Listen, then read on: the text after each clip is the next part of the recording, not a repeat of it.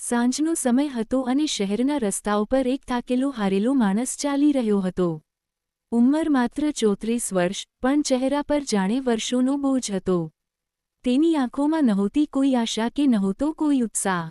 એક સમયે તેની પાસે પોતાનો બિઝનેસ હતો, લોકો તેની કાબેલિયતના ઉદાહરણો આપતા હતા. પણ હવે બધું ખતમ થઈ ગયું હતું. કારોબાર ડૂબી ગયો, દેવું વધતું ગયું અને જે મિત્રો પાસે તેણે મદદ માંગી હતી, તેમણે હવે ફોન ઉપાડવાનું પણ બંધ કરી દીધું હતું. તે બધું જ હારી ચૂક્યો હતો. શરમના લીધે કોઈની સાથે નજર મિલાવવાની હિંમત નહોતી રહી.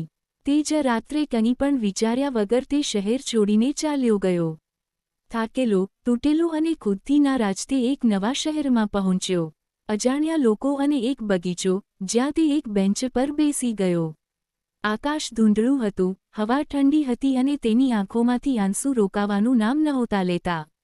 તે માથું ઝુકાવીને બેઠો હતો, ત્યારે જ પાછળથી કોઈએ ધીમા અવાજે પૂછ્યું, બેટા, કેમ આટલો પરેશાન છે? તે ચોંકી ગયો. પાછળ ફરીને જોયું તો એક વૃદ્ધ માણસ ઊભો હતો. સફેદ વાળ, સાદા કપડાં પણ ચહેરો શાંતિથી ભરેલો. તેણે પેલા વૃદ્ધને બધી વાત કરી દીધી, દેવું, દેવાળું અને તૂટેલી આશાઓ. વૃદ્ધ માણસ ચૂપચાપ સાંભળતા રહ્યા. થોડીવાર પછી તેમણે હસતા હસતા પૂછ્યું, તારું નામ શું છે?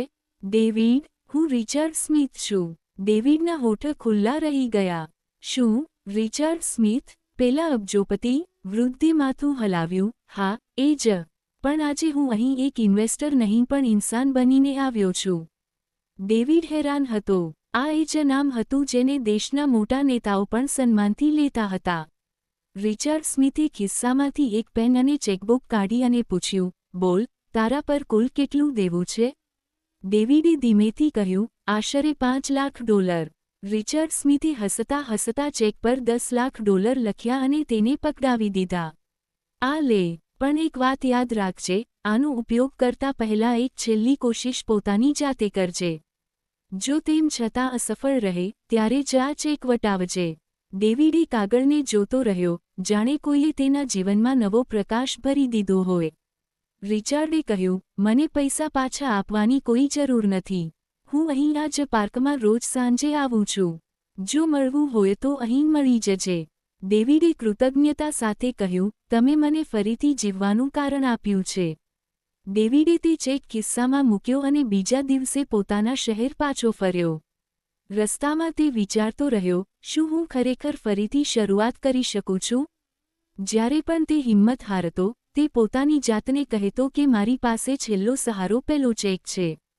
તેણે પોતાની જૂની ઓફિસનું તૂટેલું ટેબલ સાફ કર્યું, જૂના ક્લાયન્ટ્સને ફોન કર્યા અને નાના ઓર્ડરથી કામ શરૂ કર્યું.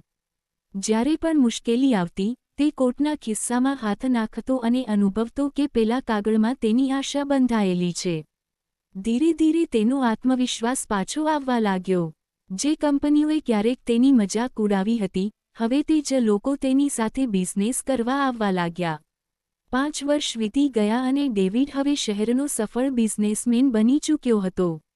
સફળતાની ચમક વચ્ચે પણ ડેવિડના દિલમાં એક દેવું હજુ બાકી હતું, અહેસાનનું દેવું. તેને પહેલી સાંજ, પેલો પાર્ક અને પેલો વૃદ્ધ માણસ યાદ આવ્યો જેણે કહ્યું હતું કે, હાર માનતા પહેલા એક છેલ્લી કોશિશ કરજે. ડેવિડે પોતાની ઓફિસનું ડ્રોઅર ખોલ્યું. પેલો જૂનો ચેક હજુ પણ ત્યાં જ પડ્યો હતો. ખોલ્યા વગર, જોયા વગર તેણે વિચાર્યું કે આજે સમય છે એ મહાન વ્યક્તિનો આભાર માનવાનો. બીજા જ દિવસે તે એ જ શહેરમાં પહોંચ્યો. એ જ જૂનો બગીચો, સાંજનો એ જ સમય, એ જ બેન્ચ અને એ જ ઝાડ. તે હસ્યો અને બેસીને રાહ જોવા લાગ્યો. કલાકો વીતી ગયા પણ રિચર્ડ સ્મિથ ન આવ્યા. ડેવિડ ઊભો થવાનો જ હતો કે તેની નજર બગીચાના બીજા ખૂણે પડી. ત્યાં એ જ વૃદ્ધ માણસ બીજા કોઈની સાથે વાત કરી રહ્યો હતો.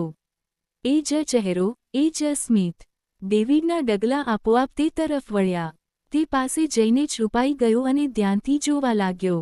રિચર્ડ સ્મિથ પેલા માણસને પણ કંઈક પૂછી રહ્યા હતા અને પછી ખિસ્સામાંથી ચેકબુક કાઢીને તેને પણ એક ચેક આપી રહ્યા હતા. ડેવિડ હસ્યો, તેઓ હજુ પણ લોકોની મદદ કરી રહ્યા છે. પણ ત્યારે જ 4 લોકો દોડતા આવ્યા. તેમણે પેલા વૃદ્ધને પકડી લીધા અને કહ્યું, ફરીથી ભાગી આવ્યો આ. ડેવિડ ચોંકી ગયો, અરે શું કરી રહ્યા છો? છોડો એ મને, એ રિચર્ડ સ્મિથ છે. તેમાંથી એકે કહ્યું, સર, આ કોઈ રિચર્ડ સ્મિથ નથી. ડેવિડ સ્તબ્ધ થઈ ગયો. શું મતલબ? તેઓ બોલ્યા, આ અમારી હોસ્પિટલનો દર્દી છે. છેલ્લા 20 વર્ષથી માનસિક રીતે અસ્વસ્થ છે. દર અઠવાડિયે ભાગી નીકળે છે, કોઈ દર્દીની ડાયરી ચોરી લાવે છે અને લોકોને ચેક વહેંચતો ફરે છે. ડેવિડના પગ નીચેથી જમીન સરકી ગઈ. ના, આ સાચું ના હોઈ શકે. તે પેલા વૃદ્ધ તરફ જોતો રહ્યો જે હજુ પણ શાંત ચહેરે બધું જોઈ રહ્યા હતા. જતી વખતે વૃદ્ધે તેની તરફ જોયું અને સ્મિત આપ્યું, એ જ સ્મિત જેણે એક જિંદગી બદલી નાખી હતી. ડેવિડે ધીરેથી પોતાના કોટના ખિસ્સામાં હાથ નાખ્યો. પેલો ચેક હજુ ત્યાં જ હતો. તેણે તેને બહાર કાઢ્યો અને જેવું જોયું, તેનું દિલ બેસી ગયું.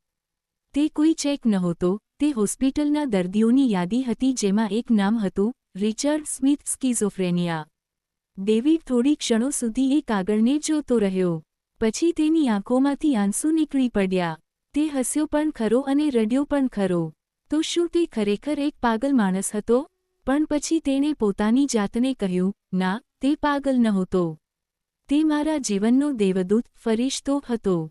ડેવિડ સમજી ચૂક્યો હતો કે અસલી તાકાત કોઈ ચેકમાં નથી, કોઈ નામમાં નથી, પણ વિશ્વાસમાં હોય છે. એ ખોટા ચેકે તેને ફરીથી કોશિશ કરવાની હિંમત આપી હતી. ચેક નકલી હતો, પણ આશા અસલી હતી. તે વિચારવા લાગ્યો કે જો પેલો વૃદ્ધ ના મળ્યો હોત, તો કદાચ આજે હું જીવતો પણ ના હોત. તેણે એ ચબરખીને વાળી અને પોતાની ઓફિસની દિવાલ પર ફ્રેમ કરાવીને લટકાવી દીધી. નીચે એક લાઇન લખાવી, ક્યારેક ખોટો સહારો પણ સાચી તાકાત આપી જાય છે. તે રોજ સવારે એ ચબરખી જોઈને હસતો અને પોતાના કર્મચારીઓને કહેતો, હાર માનતા પહેલાં હંમેશા એક છેલ્લી કોશિશ કરજો. જ્યારે પણ કોઈ નવો ઉદ્યોગ સાહસિક તેની પાસે સલાહ લેવા આવતો, ત્યારે ડેવિડ આ જ વાર્તા સંભળાવતો. લોકો તેની આંખોમાં ચમક જોતા અને સમજી જતા કે સફળતાની શરૂઆત માત્ર પૈસાથી નહીં, પણ વિશ્વાસથી થાય છે.